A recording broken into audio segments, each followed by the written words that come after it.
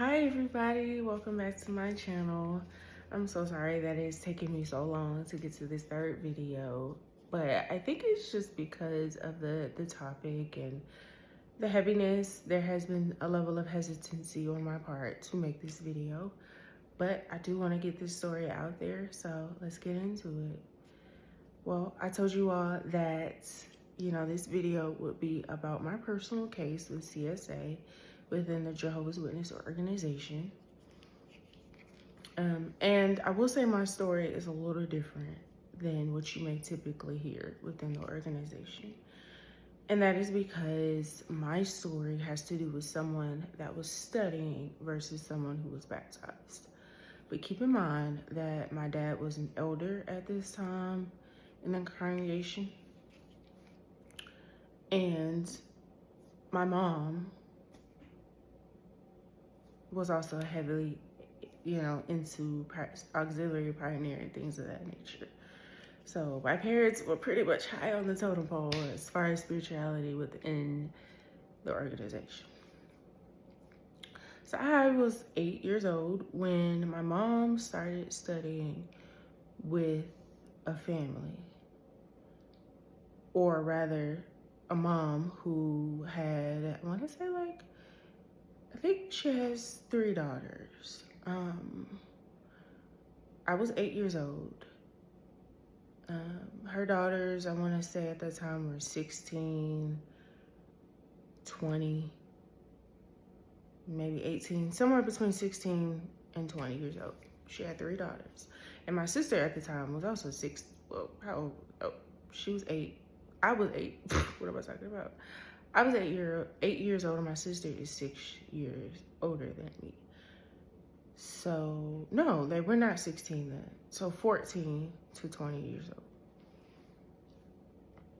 And being that the woman that my mom was studying with, her youngest, was the same age as my sister, I guess my mom felt it natural or just acceptable that she hung out with us, or rather my sister. And because I didn't do anything by myself, my sister also didn't do anything by herself at that time. So when my sister was hanging out with this girl, I was there as well. And it got to a point where she would sleep over at our house. Now, me and my sister had separate rooms at the time. My sister had a bedroom with her one bed. I had bunk beds in my room because we had just moved the year prior, and me and my sister shared a room. So we had bunk beds. And then we moved to a bigger house, my sister got her own room with her own bed, and I kept the bunk beds. So when this girl would spend the night, let's just call her Jane for purposes of the story. So when Jane would spend the night, she would spend the night in my room. Hindsight, I don't know how that made sense, being that this is a 14, 15-year-old girl. Why is she sleeping in my room as an 8-year-old when she's the 14 and 15-year-old friend, my sister? When she's my sister's friend, at the same age. Give her a sleeping bag if you don't want her to be in the bed, but she could be in her room. Not why is she in mine, right? So, initially it started off as just, she's in my room sleeping. We might talk here and there, whatever. But it got to a point where she would come down. I would always sleep on the bottom bunk. She would come down to my bunk and get in my bed. And being that this is YouTube, I know I cannot give too many details, but I'm sure you can gather what was going on as she was in my bed. And being that I grew up very sheltered, very strict, my parents told me, you got your no square, nobody touches your private areas. you know, also, side note, that my parents were so strict and so Jehovah, Jehovah, Jehovah, and sheltering me. I also, everything in conversation about your body was private parts. It was no box. It was made up terms. You know, it was never the anatomical term. It was never the actual term. It was always something that was, I don't know how to explain it, but I think you guys know what I'm trying to say when I said that. So yes, they told me, you know, if somebody tries to touch you, you know, don't let them, don't, it's no, come and tell us. Yes. But that was always coming from the viewpoint of a boy touching you, always from a man touching you. I never really thought, okay, if a girl wants to touch me like that, it's an issue, you know? So I never thought to say anything. And then also, Jane would tell me, you know, don't tell anybody that this is going on. Don't, you can't tell anybody, you can't tell your mom or whatever. We're just playing around, we're having fun. And I genuinely believed that. I thought nothing was wrong with what was going on. And see, this is why I say my story is different. Because this lasted from the time I was 8. My mom studied with her mom, Jane's mom, for 3 years. 8, 9, and 10. This went on for 3 years. And towards the end of it, because you're a kid, you don't, again, I was not taught that a woman touching you is the same thing. Well, a woman touching you inappropriately is the same thing as a boy, as a man doing it. I was not taught this. I did not know. Jane was telling me that we were playing around, that, you know, this was okay. This is our secret. Again, I'm a child. I began to think that I wanted this, that I hate to say it, but she was my first girlfriend. And I went with that for years. I did not know any better. I did not know that she was preying on me. I didn't know. I remember after, you know, being in sleepovers with her, whatever, we would all be eating breakfast the next morning and all at the same table, and she would look at me like, don't say anything, you know, or she'd be, you know, playing footsie with me under the table. Things like that, which led me to believe that what we were doing was okay. I had never heard anything, you know, about it being wrong. I just did not know. So this happened from 8, 9, and 10 years old, and a little bit until I was 11. But then, you know, my parents started to pressure me to be baptized. And so I went along with it. And when I was 11, I got baptized. And it stopped. She stopped. Jane never touched me again. And in my head, again, because I'm innocent, I'm sheltered, I don't know these things. I'm thinking, okay, she stopped because I'm now baptized. I am now, you know, untouchable. She can't do that because I'm baptized now. That was my thought process, because it stopped right around the time that I got baptized. And I just figured the two correlated. And then also my mom also stopped studying with her mom, with Jane's mom. I don't remember the reason why they stopped studying. Maybe it had something to do with, you know, that change they made where if your Bible students are not making progress, to go ahead and cut them off, you know, if they aren't, I don't know. I don't remember when that change was made. I'm just throwing out speculations. I really don't know. But that was my thought process. I thought because I was not baptized that I was untouchable in her eyes. That was that. But my parents still kept in contact with them. I mean, my parents did not know at this time. But I still saw her and her family at meetings and stuff, all of that. And then I remember when I was in high school, I was 16 years old. Again, mind you, this is around the time, or I mentioned in the previous video, where I was exploring my sexuality in high school. Now, you know why I was exploring, the same-sex relationships, because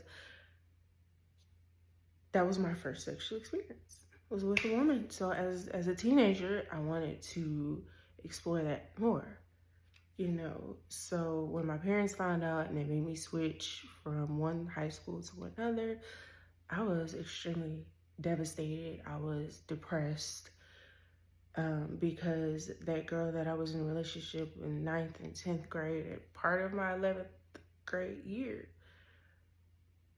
I felt like she was my first love. And when they took that away from me, I went into a depression. And my mom had to beg my dad to go put me into therapy. Excuse me. And we all know, not even in the Black community, Jehovah's Witnesses, God can get you through anything. The Bible can get you through anything. You do not need man-made therapy. You do not need man-made advice. Forget the fact that these people have studied the brain and the mind and all that. They know more than we do. But the Bible is going to give you the help that you need. So my mom had to really, really, really beg my dad to put me into therapy. And so I get into therapy. And mind you, I'm 16. What happened to me from 8 to 11, I'm still thinking, because I'm still very sheltered at this age, I'm still thinking that nothing was wrong with what happened. Crazy. I know that sounds insane, that a 16-year-old doesn't know what abuse looks like. None of that. But that is where I was at that time. I didn't know. So I'm in therapy. She's just asking me about my life and things that I've been through, the people that I deal with. And I told her about Jay. I told her from the aspect or the viewpoint that this was somebody that I was dealing with, romantically. Mind you, this is how warped my mind was. This is how innocent and far gone I was. It's hard for me to say that, because now looking back, it's like, you were 16. How did you not know that? Anyway, I told that therapist that. And also, I did not know what mandated reporters were at that time. So I'm telling her, not knowing, one, that this was abuse.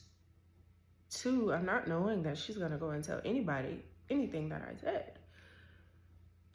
And lo and behold, she looks at me and she's shocked and she's like,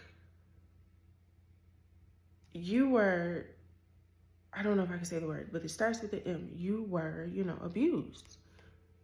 And when I tell you, it was a mind-blowing revelation, because this whole time I'm thinking this only happens between male, female, female, male, not woman to woman, not girl to girl. I'm not thinking that, So when she tells me this, it's like, oh my God. Oh my God. Mind blown. And, I remember riding home in the car, just in complete silence, blown away and devastated that this whole time that I've been, just thinking this was one thing, it was really another. All kind of things are running through your head at this time,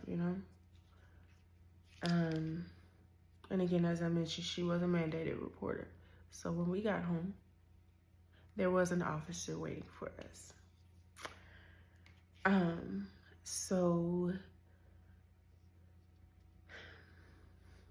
as you know, we walk in the house, the officer comes in with us, and you know, it's me, the officer, and my mom and dad are standing in the kitchen.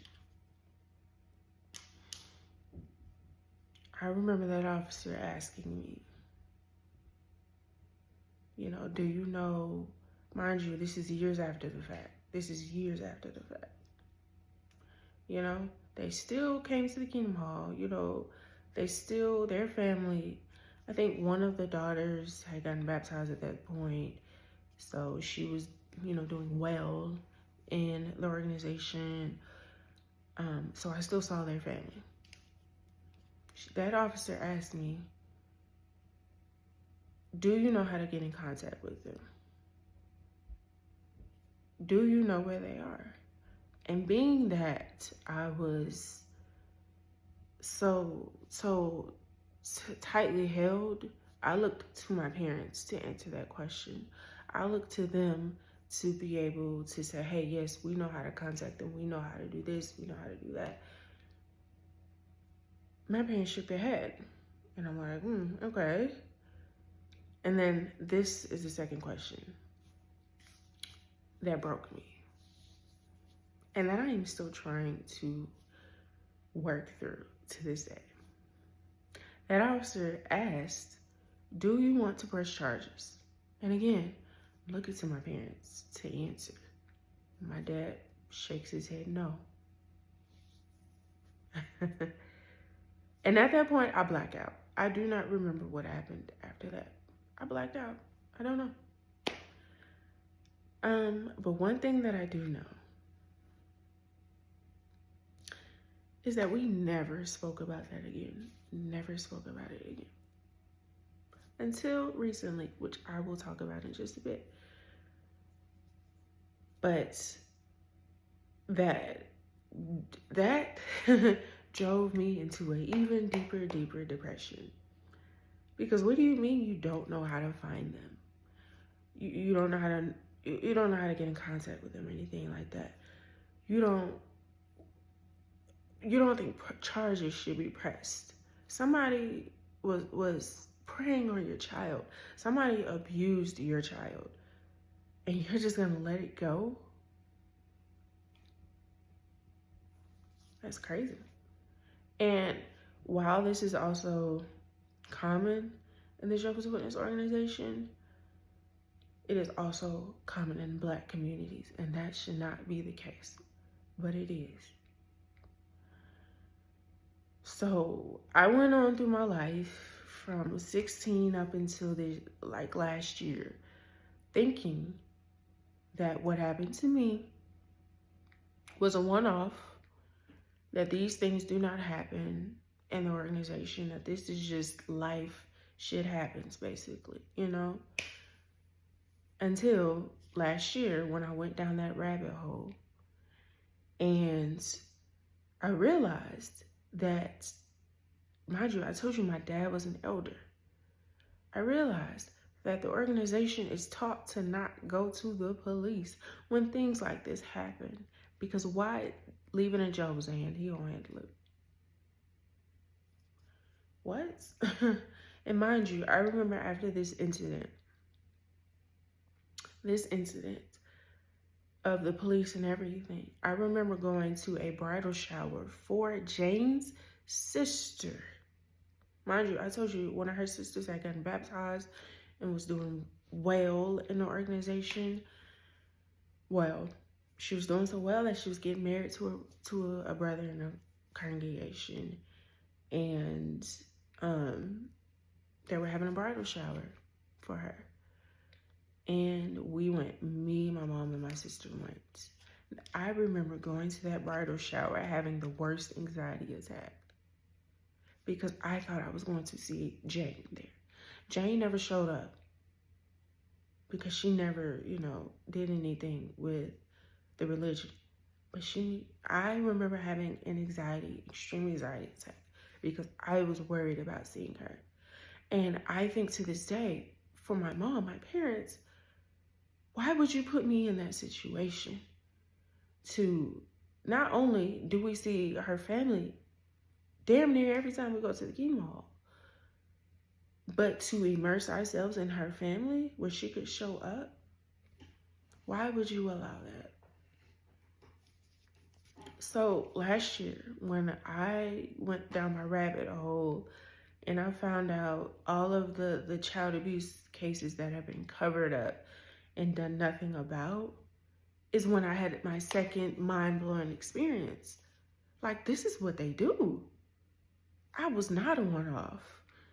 Granted, my story is different in that this was someone who was studying, who was not baptized. It was a woman, yes, but it was still within the organization, and my dad knew about it as an elder, and I knew at that moment he was following their direction over being a parent, over protecting his child. He chose to follow what these men up in New York who ain't never met him or anybody else down here, that is what they went with. They chose man over their child. They chose to follow rules that don't make sense rather than protect their child.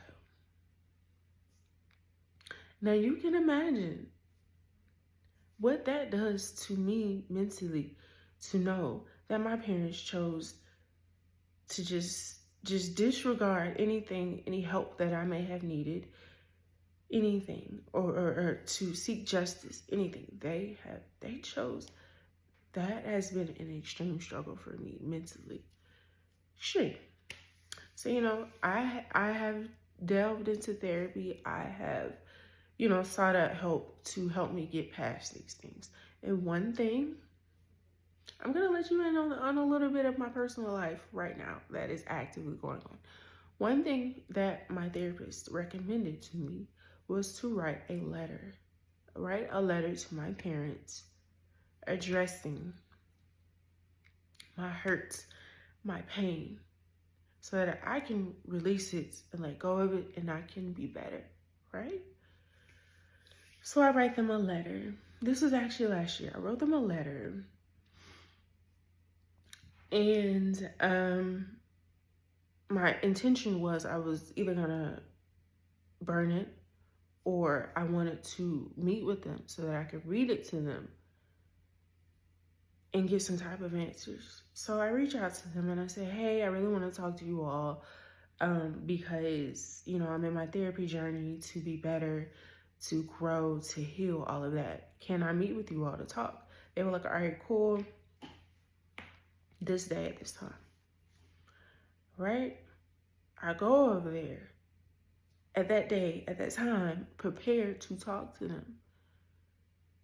And my mom was up watching TV and my dad was laying down in the bed at the exact time that I said that I requested to talk to them and that they agreed to. And their excuse was, we just fed the circuit overseer earlier today and we're just so exhausted that, you know, your dad is laying down and I'm just trying to relax and watch TV. You know, just tell me what it is that this is my mom speaking, by the way, you know, just tell me what it is that you want to talk about and I relay the message to your father. I'm sorry, what? I said that I explicitly said that I wanted to talk to you as part of my healing journey. And you want me to relay that message because you fed the circuit overseer earlier and you're just too tired to talk to your daughter?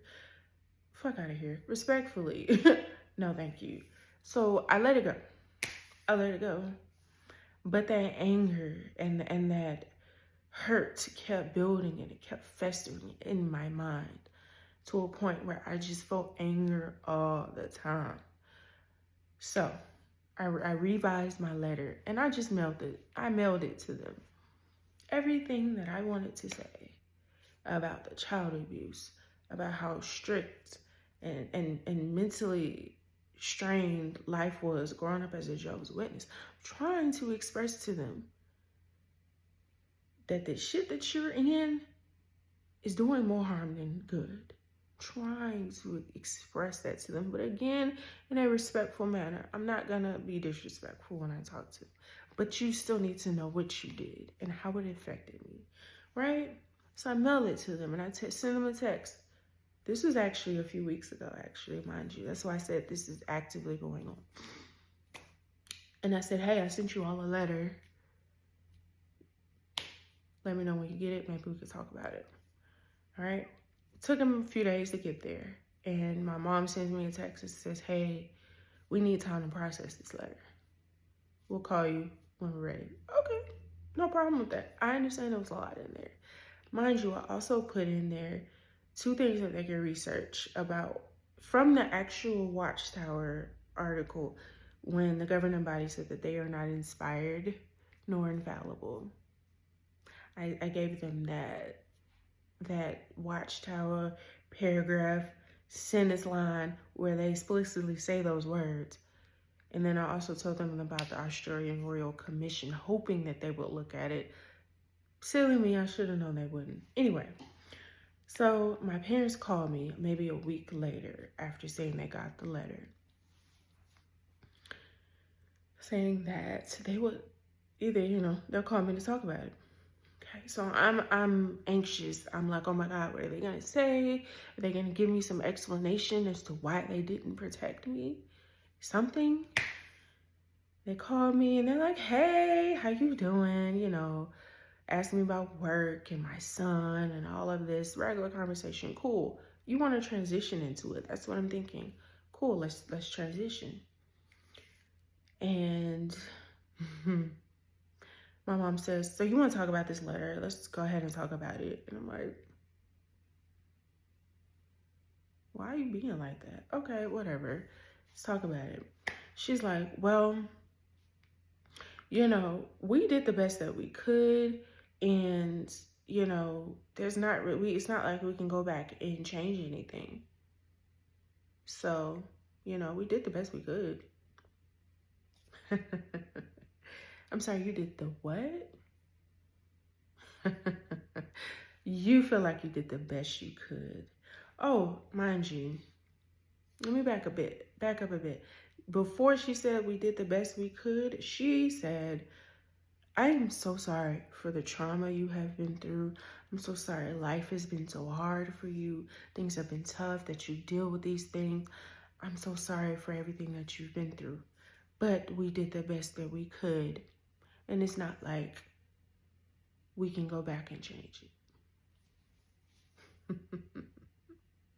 When I tell you in that moment, any feelings of sadness, of feeling like I wanted to cry, or hear them out vanished. In my mind, I was like, you're apologizing for the things that I've been through. You're apologizing for how I feel, how I've processed them, but not for what you did and did not do. That's some narcissistic ass, gaslighting ass behavior. And I don't want to deal with it. Initially my thought process was, we'll get on this phone call and I'll ask them, why? Why didn't you protect me? What was the thought process behind it? Why this, that? But after I heard the lack of accountability that came from them, I was done. Done. Done. I didn't want anything to do with the conversation anymore.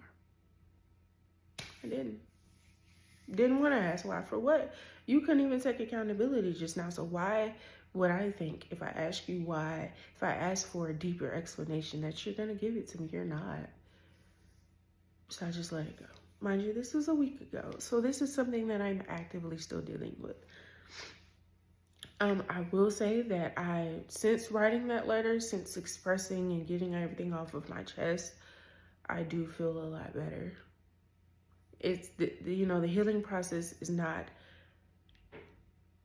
it's not linear.